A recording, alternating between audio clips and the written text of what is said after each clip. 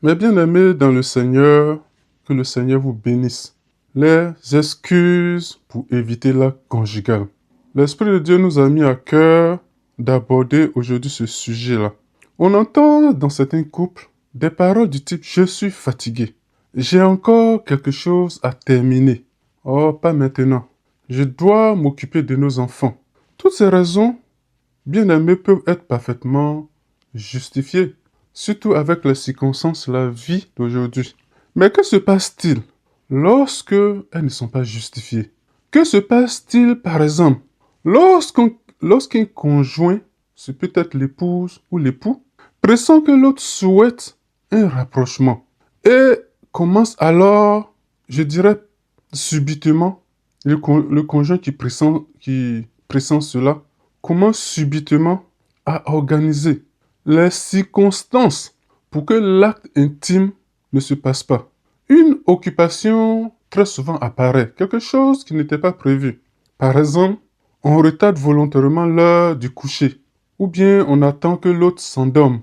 Une petite contrariété parfois, et puis ça devient une grosse dispute.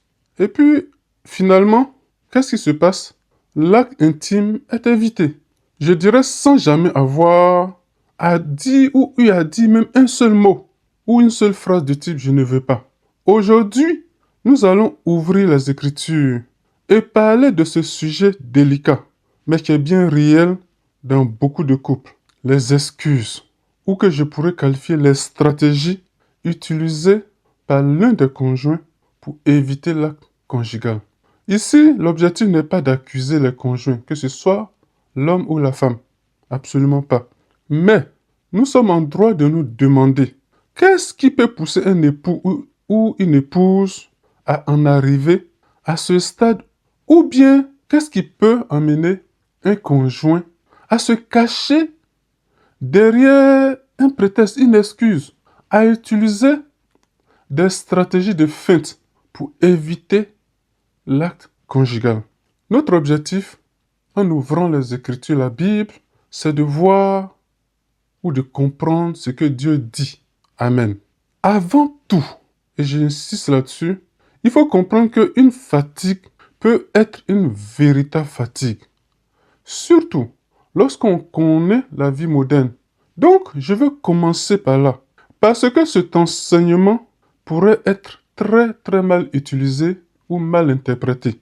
Après avoir écouté cet enseignement, ne rentrez surtout pas, mes bien-aimés, chez vous en vous disant « Ah, maintenant, j'ai compris.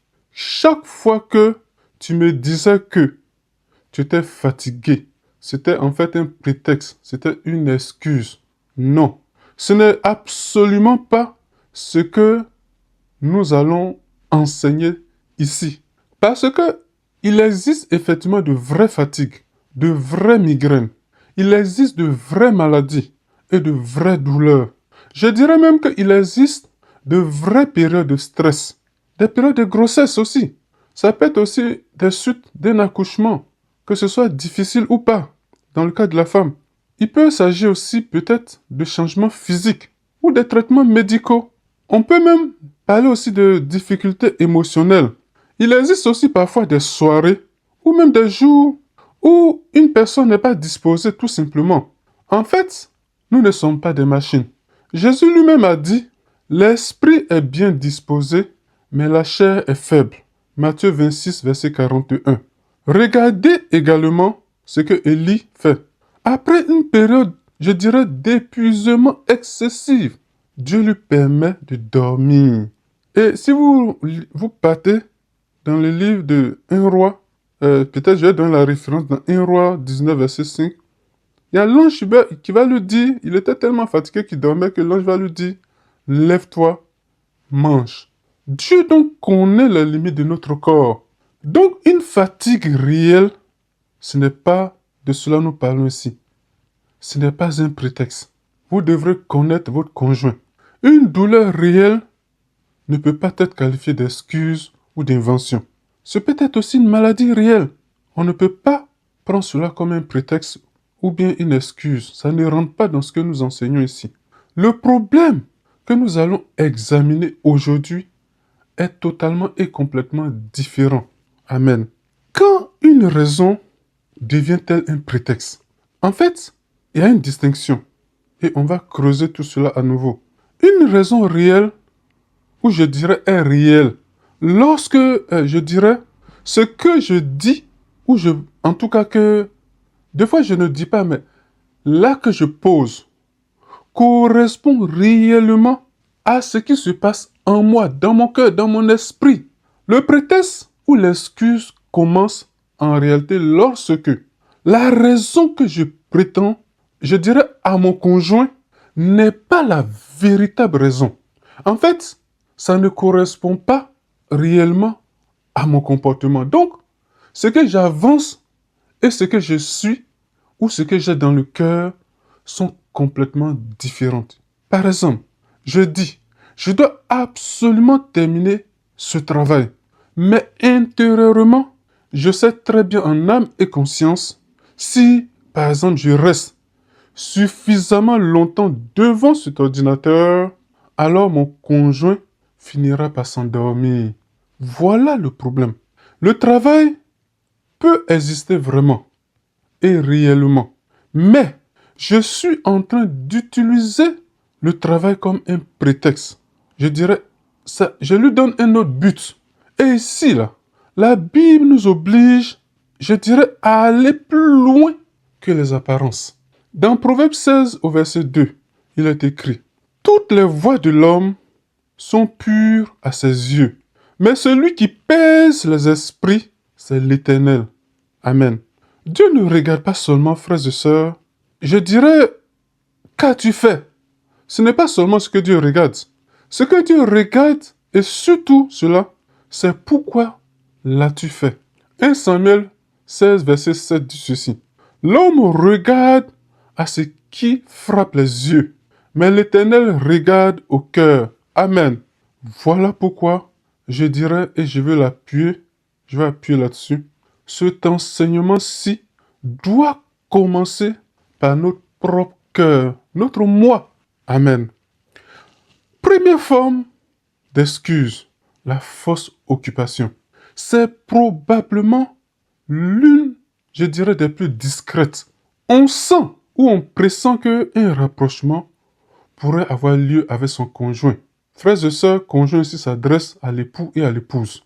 Alors, qu'est-ce qui se passe? On pressent un rapprochement possible. Et qu'est-ce qu'on fait? Et soudain, là, on se met à ranger des choses. Ou bien, on se met à répondre à un message. Ou bien, on se met à regarder quelque chose dans son téléphone. Cela semble nous préoccuper. Ou bien, on doit absolument terminer un dossier ou quelque chose qui pouvait attendre, qui ne devait pas se faire à ce moment-là. Ça pourrait être même une tâche. On commence une tâche qu'on aurait pu, je dirais, très bien commencer demain ou après-demain ou un autre jour. Mais attention, frères et sœurs, je continue d'insister là-dessus. Travailler, ce n'est pas mauvais. Attention aux fausses interprétations. S'occuper des enfants, ce n'est pas non plus mauvais. Bien sûr, ranger la maison, c'est une bonne chose. Ou bien utiliser son téléphone, tout le monde le fait. La question est, pourquoi précisément maintenant cela? Ecclésiaste 3, verset 1er dit ceci.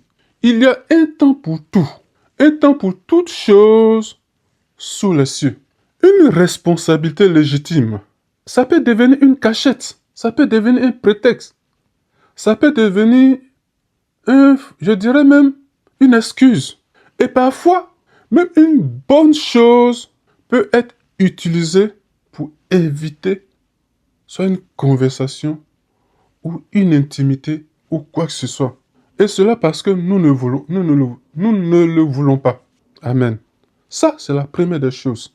La deuxième forme d'excuse, attendre que l'autre s'endorme. On va essayer d'expliquer cela un peu plus. Ici, aucune excuse en réalité n'est nécessaire. Quand deux personnes vivent ensemble, je veux dire sont mariées et vivent ensemble, ils se connaissent. Mon conjoint me connaît et je connais mon conjoint. Vous savez les habitudes de votre époux ou de votre épouse. Alors, qu'est-ce qui se passe? Vous restez ailleurs. Ou bien un épisode, pour ne pas dire un épisode de plus, ou quelques vidéos, quelques messages, quelques activités, ou quelque chose à faire. Quelque chose à faire. Et le temps, pendant ce temps passe. 21h, 22h, 23h, 23h30. Puisqu'on connaît les habitudes de notre conjoint dans les deux sens. Et une fois que cela est fait, alors on arrive dans la chambre. Et à ce moment-là, le conjoint dort déjà.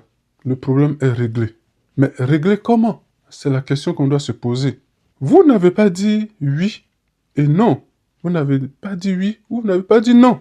Vous n'avez surtout pas dit voilà ce qui se passe réellement en moi. Parce que c'est important de s'exprimer.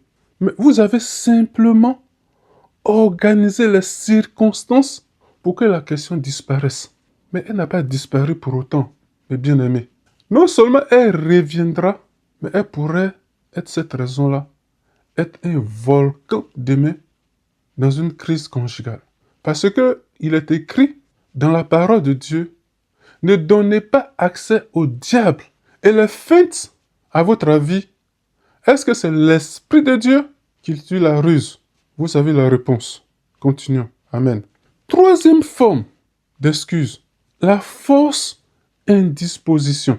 Ici, nous entrons dans quelque chose de spirituellement plus sérieux. Dis, par exemple, j'ai mal à la tête. Alors que je sais que je n'ai pas mal à la tête, c'est un mensonge. Dis, je ne me sens pas bien. Alors que je sais que ce n'est pas vrai, c'est faux, c'est un mensonge. Ou bien dis, je suis trop fatigué, la fausse excuse. Alors que intérieurement, je sais que la fatigue, ce n'est pas la véritable raison. En fait, ici, et c'est la raison pour laquelle je dis que c'est encore plus spirituellement sérieux. En fait, ici, nous ne sommes plus devant une stratégie. Nous commençons à toucher à la vérité. Regardez, Paul écrit ceci dans Éphésiens 4, verset 25. C'est pourquoi renoncez au mensonge et que chacun de vous parle selon la vérité à son prochain. Et remarquez la raison, car nous sommes membres les uns des autres. Maintenant, appliquons ce principe à notre propre mariage. Dieu dit de l'homme et de la femme ceci. Genèse 2, verset 24. Ils deviendront une seule chair. Si Dieu exige la vérité entre frères et sœurs dans l'Église, comment on pourrait penser que la vérité peut devenir facultative avec celui ou celle avec qui nous sommes devenus une seule chair? Comment cela est possible? Amen. Quatrième forme, la dispute qui arrive au bon moment. Voilà un domaine extrêmement délicat. Je ne dis pas et je ne le dirai pas que toutes les disputes précédant un moment d'intimité sont volontaires. Non. Il peut arriver des situations malencontreuses qui peuvent entraîner des disputes réelles. Mais il faut parfois nous examiner. Un petit problème apparaît, une remarque, une chose oubliée, ou bien une tâche non faite, ou bien même une parole malheureuse ou maladroite. Normalement, je dis bien normalement, l'affaire aurait pu régler tranquillement. Mais soudain, et très souvent, elle prend des proportions énormes. C'est énorme, je préfère. En fait, on élève la voix. On ressent parfois quelque chose datant il y a de si longtemps. Datant de longtemps. Puis une deuxième affaire. Puis une troisième. Et finalement, une grosse dispute éclate. Maintenant, évidemment, personne dans ces conditions ne pense plus à l'acte conjugal. Proverbe 17, verset 14 dit: commencer une querelle, c'est ouvrir une digue. Avant que la dispute s'anime, retire-toi. Et même Proverbe 15, verset 1 dit: une réponse douce calme la fureur, mais une parole dure excite la colère. Il faut avoir parfois le courage de se demander: pourquoi ai-je laissé une petite affaire devenir énorme précisément ce soir-là? Pas est-ce que mon conjoint provoque des disputes? Ce n'est pas cela. Mais est-ce que moi, je le fais parfois? Amen. Cinquième forme, utilisez les enfants comme barrière. Soyons très prudents ici, mes bien-aimés. Les enfants ont vraiment besoin de leurs parents. Il existe effectivement des périodes où ils demandent, je dirais, énormément d'attention, d'énergie et ainsi de suite. Mais une responsabilité parentale, ça peut parfois devenir une stratégie de feinte, d'évitement. Je dirais que, par exemple, on pourrait prolonger inutilement certaines activités avec les enfants. Tout cela pour éviter l'acte conjugal. On reste avec les enfants beaucoup plus longtemps que nécessaire. En fait, on trouve toujours quelque chose à faire avec eux, précisément au moment où le couple pourrait enfin se retrouver. Le problème n'est pas, tu t'occupes trop des enfants. Non, pas du tout. Est-ce que j'utilise parfois mes responsabilités de parent pour éviter mon conjoint? C'est ça, la question. Un mariage ne cesse pas d'exister lorsque les enfants arrivent.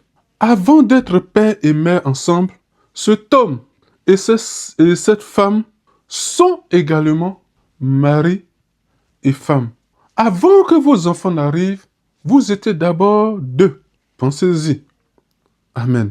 Sixième forme, le téléphone, la télévision et les écrans. Oh, ce trio, le téléphone, la télévision et les écrans.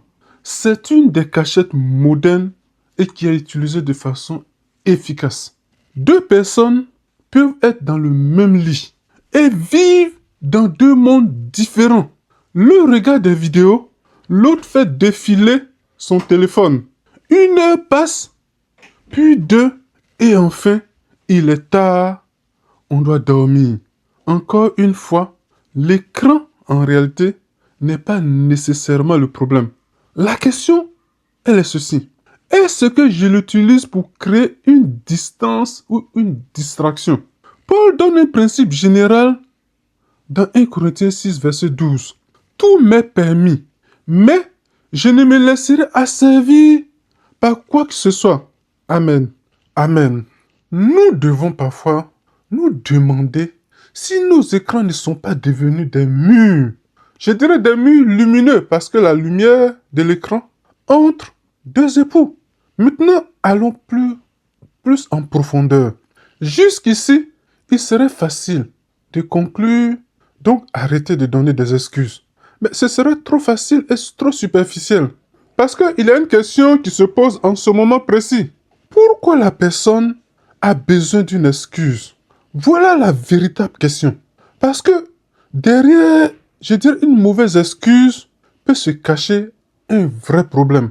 Et si nous supprimons seulement l'excuse sans traiter le véritable problème, alors que se passe une autre excuse va apparaître. Parfois, la personne a peur de dire non, tout simplement. Imaginons une épouse. Chaque fois qu'elle dit honnêtement, je suis vraiment épuisé ce soir, son mari boude par exemple. Il devient froid, il cesse de parler. En fait, il lui fait sentir que pendant 2 jours, il a rejeté. Amen. Il lui fait sentir pendant 2 jours qu'elle a rejeté. Par toutes sortes d'attitudes, n'est-ce pas? Que va-t-elle apprendre cette épouse progressivement? Elle pourrait apprendre que la vérité coûte cher. Mais inversement, un mari traverse une difficulté par exemple. Il essaie d'en parler à son épouse et son épouse se moque. Quel genre d'homme es-tu? Qu'est-ce qui va se passer? La prochaine fois, est-ce qu'il va parler facilement? Peut-être même pas. Voilà pourquoi Jacques 1, verset 19 dit que tout homme soit prompt à écouter, lent à parler, lent à se mettre en colère. Nous devons donc poser une question extrêmement importante. Mon conjoint peut-il me dire la vérité sans craindre ma réaction? Parce que on ne peut pas réclamer l'honnêteté tout en punissant celui qui nous dit honnêtement quelque chose que nous ne voulons pas entendre. Parfois aussi, il peut y avoir une blessure non résolue. Peut-être parce que le problème n'a jamais commencé dans la chambre.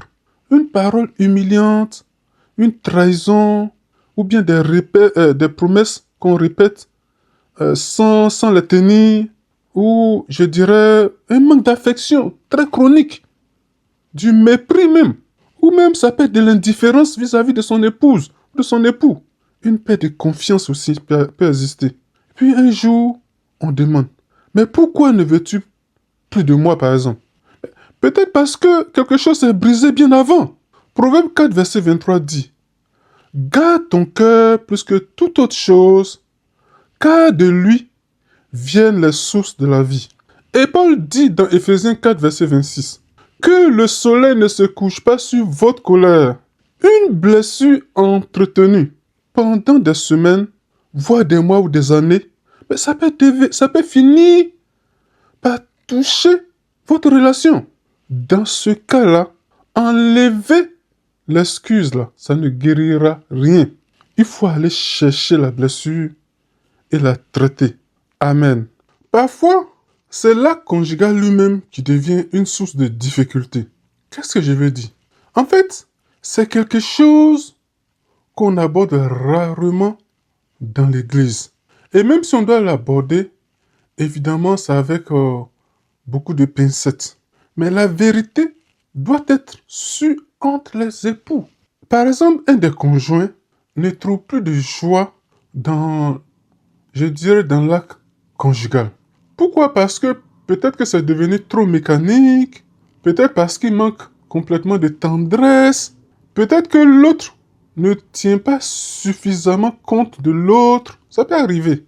Peut-être que l'un des conjoints se sent utilisé plutôt que être aimé.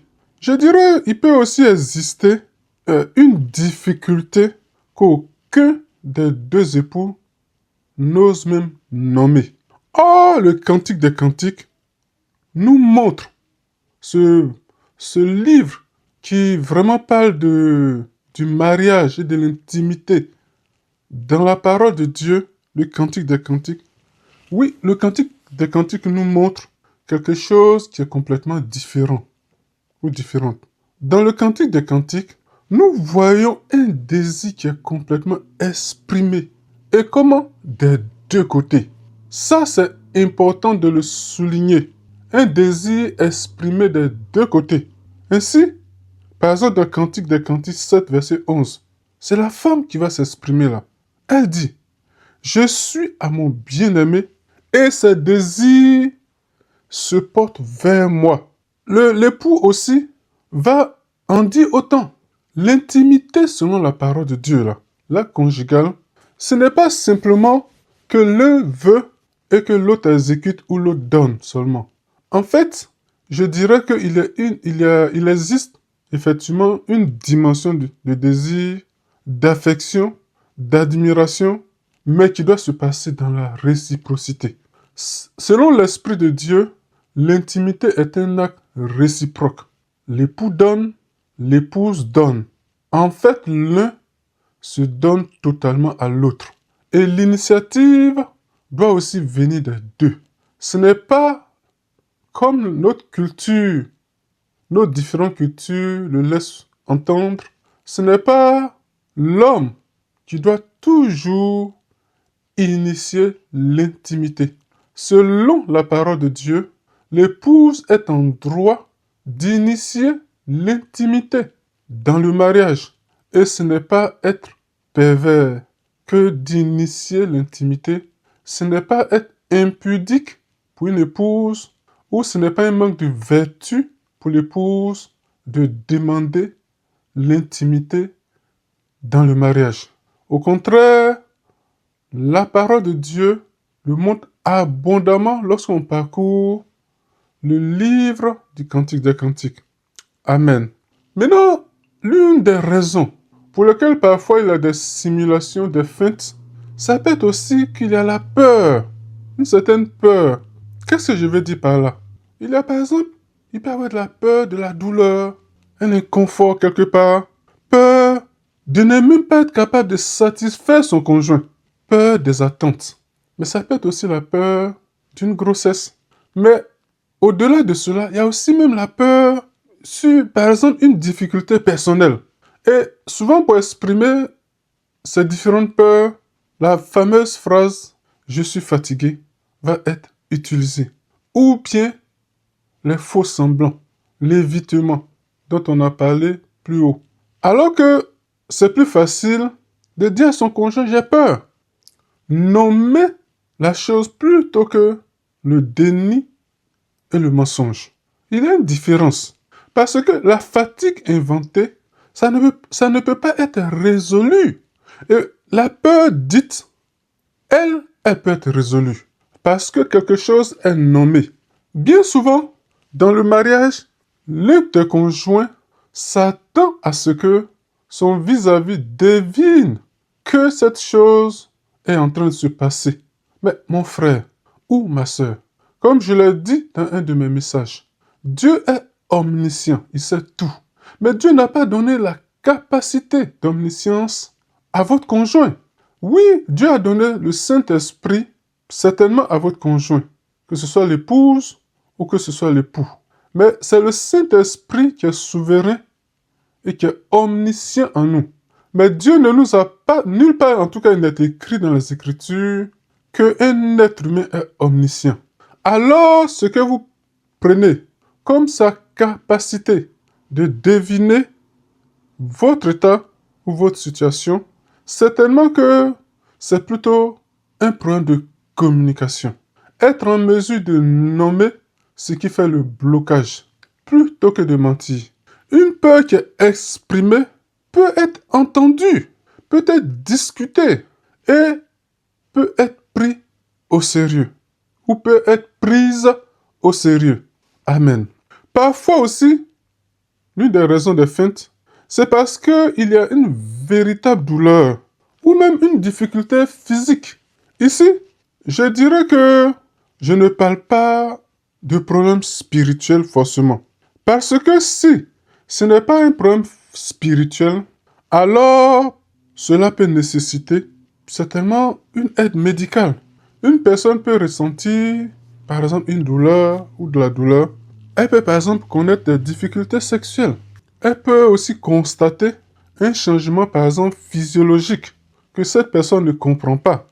Ça peut être une honte d'une difficulté physique ou physiologique. Mais souvent, ou parfois pour exprimer cette honte-là, ou ce point de communication, qu'est-ce que la personne va utiliser? C'est l'évitement. Ce sont des excuses et donc des mensonges. Galates 6, verset 2 dit, portez les fardeaux les uns des autres. La réponse selon la parole de Dieu donc, ce n'est pas toujours de faire davantage. Non. Mais ce que la parole de Dieu nous dit, communiquer avec amour et douceur. Donc, se ramener au mariage, c'est pourrait être dit, parle-moi, je veux comprendre. Et s'il faut chercher une aide compétente ou une aide selon la situation, nous pourrons la chercher ensemble. Amen. Parfois, mes bien-aimés, ce peut être que le désir a simplement diminué. Pour exprimer cela, c'est aussi un problème de communication. Dis je t'aime, mais mon désir a diminué. Parfois, c'est difficile à dire. Parce que la personne peut craindre, évidemment, que son conjoint comprenne je ne t'aime plus. Alors, pour contourner cette difficulté, qu'est-ce qu'elle va faire? Elle va utiliser la technique de la feinte, l'évitement, l'effondrement. En tout cas, inventer quelque chose. Mais une difficulté, ou je dirais une vérité qui est difficile, mais malgré cela, ça reste plus utile qu'une fausse explication qui est confortable. Nous pouvons commencer à examiner lorsque une vérité, même difficile, est exprimée. Mais plutôt que cela, utiliser des esquives, des feintes, des prétextes, c'est de faire la passe au diable. Et ne soyons point des enfants du diable, car nous sommes des enfants de lumière. Dieu lui-même a dit par Jésus-Christ, je suis la lumière du monde. Amen. Parfois aussi, l'évitement devient une habitude, que j'appellerais une sale habitude. Parce que cette habitude-là est silencieuse. Et c'est donc, je dirais, l'une des méthodes les plus dangereuses. Au début, quand l'habitude doit s'installer, ça commence souvent par une raison. Et puis progressivement, le couple s'habitue à cela. On s'habitue à ne plus se coucher ensemble. On s'habitue à ne plus se toucher. On s'habitue à ne plus parler de cette partie de notre mariage. On s'habitue aux excuses. Et qu'est-ce qui va se passer au fur et à mesure? Ce qui aurait dû autrefois alarmer même les deux conjoints là, ça devient une mauvaise habitude et on la trouve normale. C'est comme ça chez nous. C'est comme ça nous on fait. Attention aux choses auxquelles nous nous habituons, frères et sœurs. Hébreux 3, verset 13, parle du danger de l'endurcissement progressif. Allez-y lire. Hébreux 3, Hébreux 3, verset 13. Certaines dimensions des mariages ne meurent pas forcément, je dirais, par une grande explosion. Pardon. Par une grande explosion ou un grand péché. Elles peuvent mourir lentement, silencieusement, par petites rénonciations, et cela se fait progressivement. Et ça tue le mariage. Ce sont les venins, ce sont des poisons du mariage. La Bible nous ramène à une question. Écoutons bien. Dans tout ce que nous avons dit là, où est la vérité?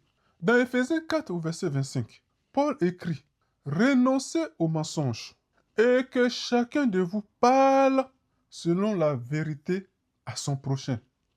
Je vais m'arrêter là. Amen.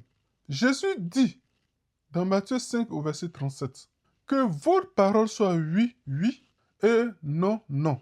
Cela ne signifie pas que chaque détail de notre intimité, je dirais, doit être exprimé de façon brutale. La Bible nous demande également, frères et sœurs, et ça on trouve cela dans Éphésiens 4 au verset 15, de professer la vérité dans la charité ou dans l'amour. C'est un équilibre fondamental. La vérité, mais la vérité dans la douceur, dans l'amour. Oui, on peut dire c'est la vérité, mais la vérité doit toujours assaisonner de douceur et d'amour. Amen. Gloire au Seigneur. On va donner une image, je dirais, d'une intimité correcte. Dans Genèse 2, verset 25, ça c'est au commencement, lorsque Dieu a dit, l'homme et sa femme étaient tous deux nus et ils n'en avaient point honte. Waouh, quelle image extraordinaire. Si vous remarquez, ces deux conjoints ne se cachaient pas. Mais le péché est entré. Et lorsque le péché est entré, qu'est-ce qui s'est passé? Dans Genèse 3 au verset 7, ils connurent qu'ils étaient nus. Donc, il y a une différence fondamentale. Et quand cela a été, quand le péché est entré, qu'est-ce qui s'est passé par la suite? Ils ont commencé à se cacher. Bien sûr, le texte de Genèse parle de quelque chose qui est beaucoup plus vaste que notre sujet actuel. Mais l'image quand même est puissante. Dans le mariage aussi, nous pouvons apprendre, sans s'en rendre compte, à nous cacher. Se cacher derrière le travail, derrière les enfants, derrière le téléphone ou derrière une dispute, que je pourrais appeler une fausse dispute, derrière une excuse. On peut même être physiquement dans le même lit, mais sentimentalement ou émotionnellement être caché à notre conjoint. Alors, quelles questions devons-nous poser raisonnablement? Pas, premièrement, pourquoi mon conjoint refuse-t-il? Ça là, c'est pas cette question-là qu'on doit se poser. La question est la première, la plus importante. Pourquoi avons-nous du mal à nous dire la vérité dans ce domaine, dans l'intimité, dans la conjugale? Et si je suis celui ou celle qui évite, qu'est-ce que j'essaie réellement d'éviter? Je dois me poser cette question.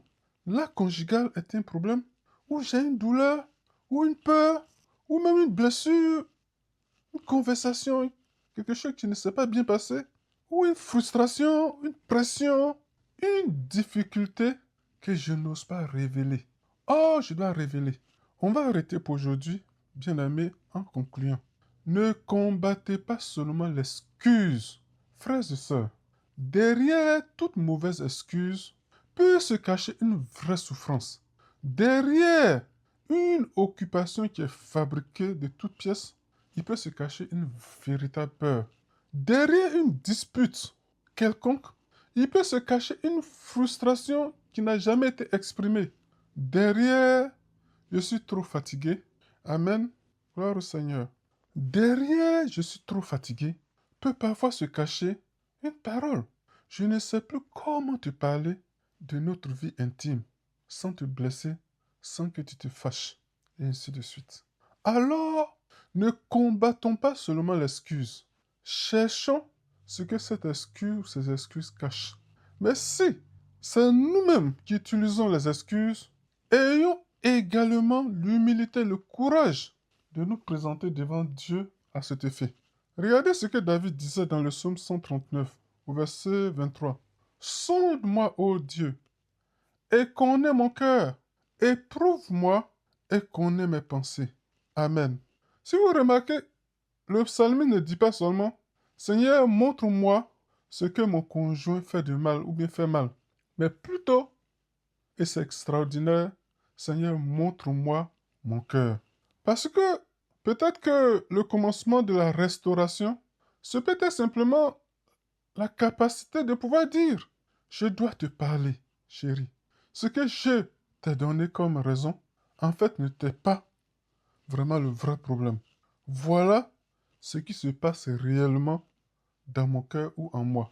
Et là, pour la première fois, peut-être que depuis longtemps même, le véritable problème sera enfin sur la table. Nous nous arrêtons là.